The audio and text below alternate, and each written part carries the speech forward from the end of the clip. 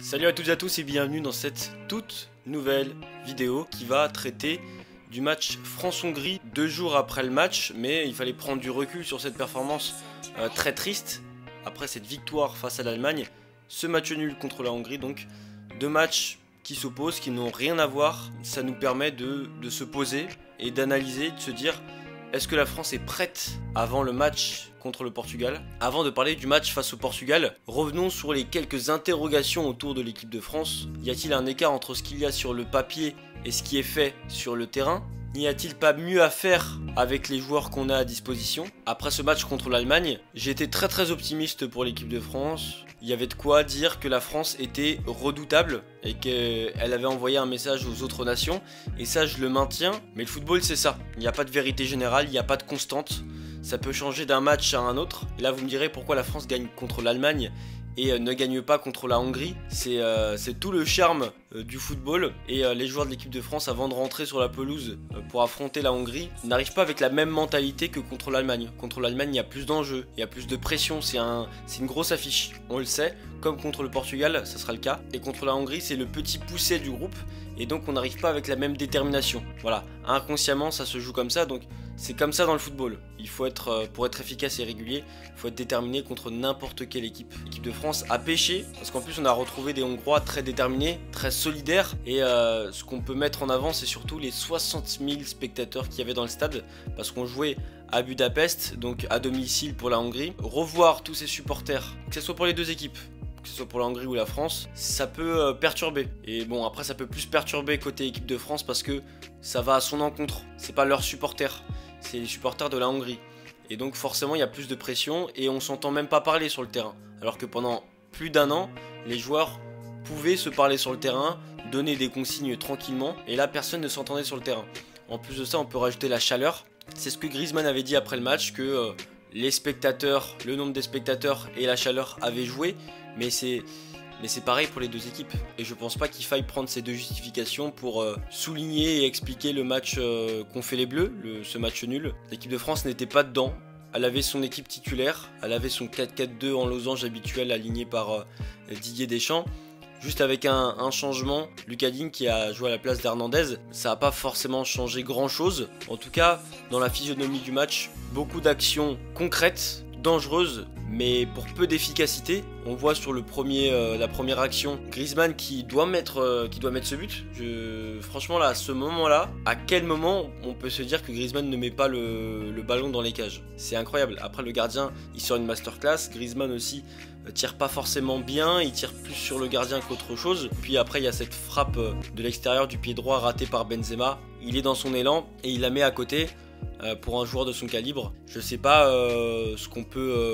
comment on peut expliquer la chose, mais en tout cas voilà, les Bleus ont un trio offensif exceptionnel sur le papier et pour l'instant ça porte pas ses fruits. Et contre la Hongrie, fallait planter. Il fallait planter parce que c'était l'adversaire idéal pour pouvoir inscrire les 3 points, arriver avant le match du Portugal avec beaucoup de sérénité et se dire ok, on a 6 points, le Portugal en a 3, l'Allemagne en a 3, et donc là maintenant en fait la France est pratiquement obligée de gagner ce match contre le Portugal si ils veulent être rassurés d'être premiers du groupe. Sinon autrement voilà, une défaite de la France face au Portugal et une victoire de l'Allemagne ferait que la France serait 3ème, et donc ça c'est très dangereux. Donc voilà, pour la France il y a un match à aller gagner, mais ça c'est un autre sujet, je me suis un peu égaré. Restons sur ce France-Hongrie et sur ces interrogations autour de l'équipe de France. Et donc je parlais de Benzema. Benzema attend son but. Il attend son but depuis qu'il a fait son retour en équipe de France. Moi je ne vais pas lui tirer dessus parce que je pense que c'est le joueur dont on attend le plus de choses. Il a énormément de pression sur les épaules. Alors c'est pas un attaquant qui marque à tous les matchs de base. On demandera plus de buts à un joueur comme Cavani par exemple qu'à un joueur comme Benzema. Parce que Benzema c'est un 9, un 9,5. C'est limite un 10, en fait c'est un faux 9. Et donc effectivement on attend quand même des buts de sa part, mais je pense qu'il faut lui laisser le temps. Alors pas trop non plus parce que l'Euro c'est quelques matchs, mais lui laisser le temps de prendre ses marques et pour marquer. Donc moi je fais confiance à Benzema, mais surtout dans le jeu. Surtout son rôle, parce que c'est vrai qu'on avait critiqué Giroud sur le fait qu'il n'avait pas marqué pendant toute la Coupe du Monde, mais il a eu un rôle essentiel. Et donc j'espère que si Benzema a un rôle aussi important que Giroud à la Coupe du Monde 2018, j'attends à ce qu'on critique pas forcément Benzema, mais s'il joue un rôle essentiel et que ça permet à Griezmann et Mbappé de marquer plus de buts, alors ça j'achète volontiers. Volontiers monsieur. Alors hors match, on a appris aujourd'hui que Dembélé est absent jusqu'à la fin de cette compétition, jusqu'à la fin de l'Euro, et ça c'est embêtant parce que je trouve que c'est quand même un apport offensif assez important. C'est quand même une munition pour les Bleus offensivement qui ne doit pas être négligée. Alors on a Kingsley Coman qui est un peu dans le même registre de rapidité, de percussion, de face à face en dribble. C'est pas non plus le désastre, mais je pense que Dembélé aurait pu apporter à chaque fois qu'il rentre sur le terrain en seconde période. Je pense qu'il peut toujours apporter. On l'a vu contre la Hongrie, son action, sa feinte de frappe du gauche et sa frappe du droit qui heurte le poteau. Un Dembélé qui rentre sur le terrain, du 109 comme ça, je pense que c'est pas à négliger. C'est vraiment dommage de le voir rentrer chez lui et ne pas pouvoir participer à la fin de l'Euro. Ça c'est vraiment dommage en tout cas. Et avant de terminer cette analyse de France-Hongrie, j'aimerais qu'on rentre sur un aspect tactique, et cet aspect tactique concerne le but encaissé par l'équipe de France. Alors là, sur la première image que je vous ai faite, on voit donc un joueur hongrois qui est à la réception du ballon, et puis Pavard qui va directement presser ce joueur et qui laisse de l'espace derrière lui.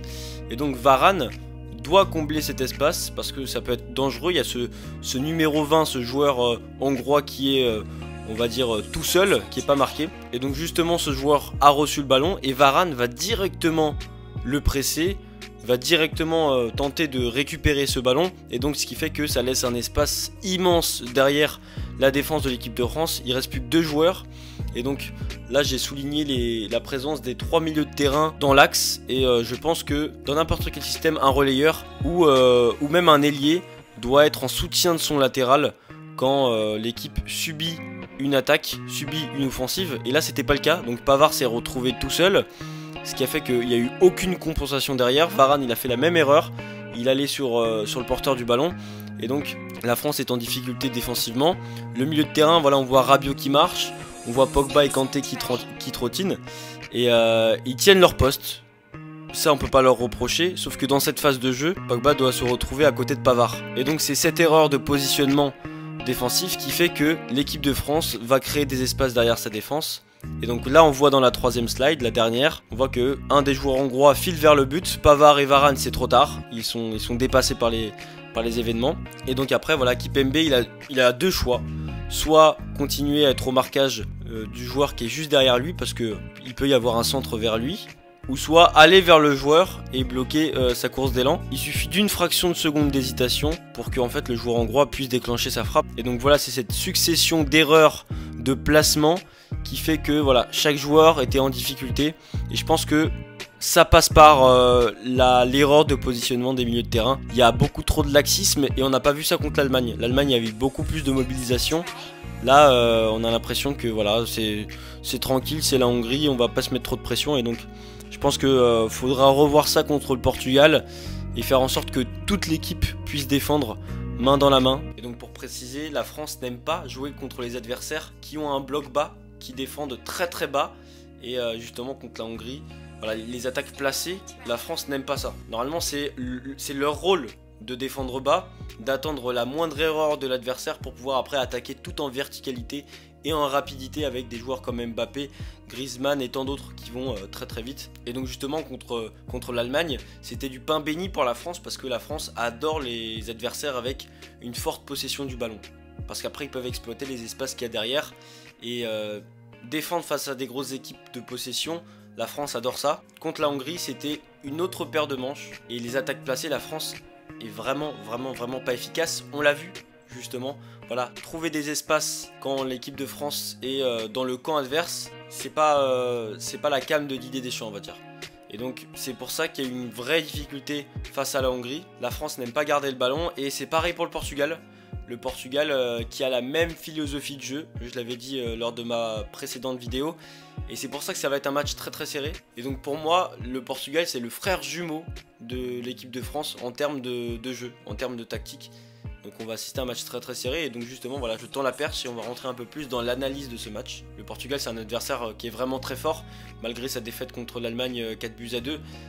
C'est une équipe qui joue très défensif. Donc le coach portugais c'est un Didier Deschamps bis. Il met deux milieux défensifs, Carvalho et Danilo, qui prennent pas de risques offensifs, voilà, qui restent en retrait pour pouvoir défendre. Et donc on va assister à un match un peu ennuyant je pense, ou pas, on verra. De toute façon le football nous réserve beaucoup de choses, mais en tout cas faudra pas s'attendre à un 4-3. Faudra pas s'attendre à un 4-3, ça c'est sûr. Le football peut nous surprendre, mais je pense pas qu'on va assister à un match avec 4, 5, 6 buts. Et j'ai hâte de voir ça. Je pense que ça va être une opposition tactique qui va être très très intéressante à analyser. D'ailleurs je ferai une vidéo juste après le match, dans la soirée. Je pense que la faiblesse à exploiter du côté des Portugais c'est les latéraux, et surtout Semedo qui est vraiment en difficulté, qui l'a été contre l'Allemagne, et Guerreiro qui est aussi en difficulté, moins que Semedo. Et donc la grande faiblesse du Portugal c'est les latéraux.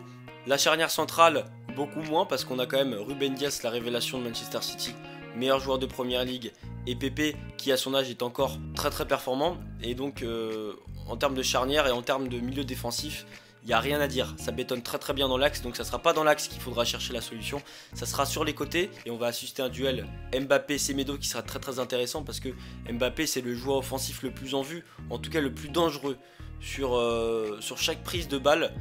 Mbappé c'est le joueur le plus tranchant, le plus rapide, je vous apprends rien quand je dis ça. Et face à un joueur qui est le plus en difficulté dans son équipe, et donc c'est le duel le plus inégal du match. Donc c'est surtout sur cette partie là qu'il faudra regarder le match, sur l'exploitation des ailes par les joueurs de l'équipe de France. Ça sera pas par rapport à l'axe, je pense qu'on peut tricoter dans l'axe, on peut voilà, faire tourner le ballon pour pouvoir après exploiter des espaces sur les côtés. En tout cas, je vous remercie de m'avoir suivi dans cette vidéo, cette analyse de France-Hongrie qui nous a permis d'avoir des éléments pour ce match France-Portugal qui aura lieu mercredi soir à 21 h. Et donc je vous donne rendez-vous pour cette prochaine vidéo analyse. On sera beaucoup plus dans la tactique. Là voilà les petites images que je vous donne avec les lignes, les ronds, les exploitations d'espace, les machins, les bidules. Tous ces trucs là en fait, je vais le faire énormément mercredi soir. Je pense que ça va être très utile et très cohérent pour ce match qui sera une grosse opposition tactique. En tout cas, je vous remercie encore une fois de m'avoir suivi, et n'hésitez pas à vous abonner à ma chaîne, ça me ferait très plaisir, surtout qu'on est dans une période de foot, on est dans une période de compétition officielle, et donc si vous voulez des éléments concrets sur certains matchs, si vous voulez des analyses football, n'hésitez pas à vous abonner et aussi à liker cette vidéo si ça vous a plu. En tout cas, je vous souhaite une agréable semaine. Ciao ciao.